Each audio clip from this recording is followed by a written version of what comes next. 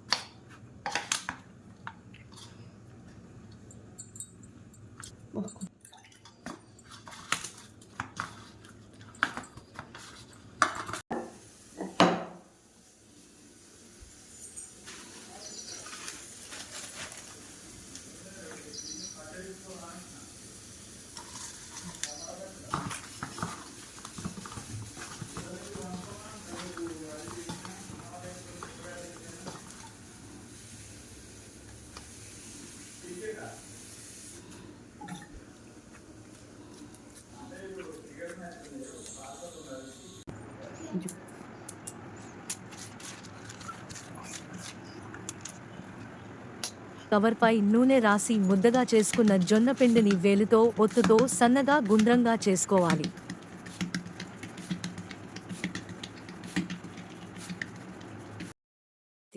చేతి వేళ్లతో ఉత్తర కుదరని వాళ్ళు గొట్టంలాంటి ఒక పైపు తీసుకుని దానిపై ఆయిల్ పూసుకుని మెత్తగా ఒత్తుకున్న పిండిని కాగితంపై పెట్టి నూనె పోసుకున్న పైపుతో గుండ్రంగా చేసుకోవాలి.